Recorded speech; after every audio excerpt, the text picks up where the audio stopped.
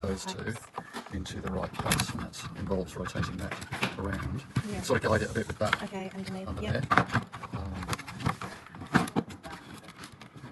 Just to see what's going on there. I'm pushing them both in at once. That goes in reasonably easily. Okay, and then we pop this piece back onto the top here. Yep. If it won't go one way, It will go the other. it'll go the other way. That's just a random. Doesn't seem to be anything for that one. Okay. Okay, and at this point, before you screw all that together again, you want to put that in. Just remember about that. So just pop that in, and then just take off that extra hot glue. Yeah, and then you just slide that like that, so it won't come back out again. Yeah. But yeah, at this point, I would plug it in and just make sure that you've got those two wires. Yeah. Okay. The right way. Got one here and one down there.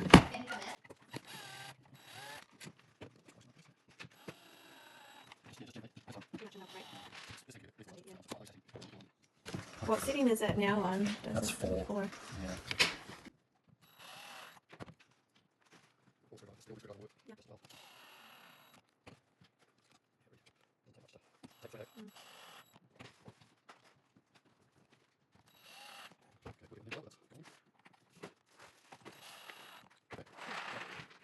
So now that is all together, and we will replace the filter.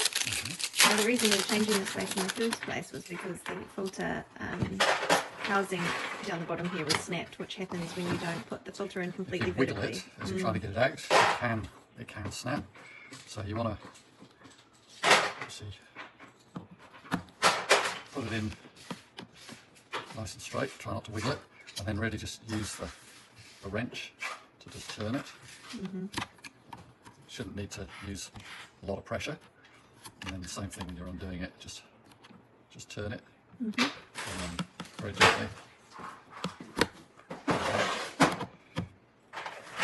push down gently, just to rotate it till it stops. Cool. Done. And then the cover.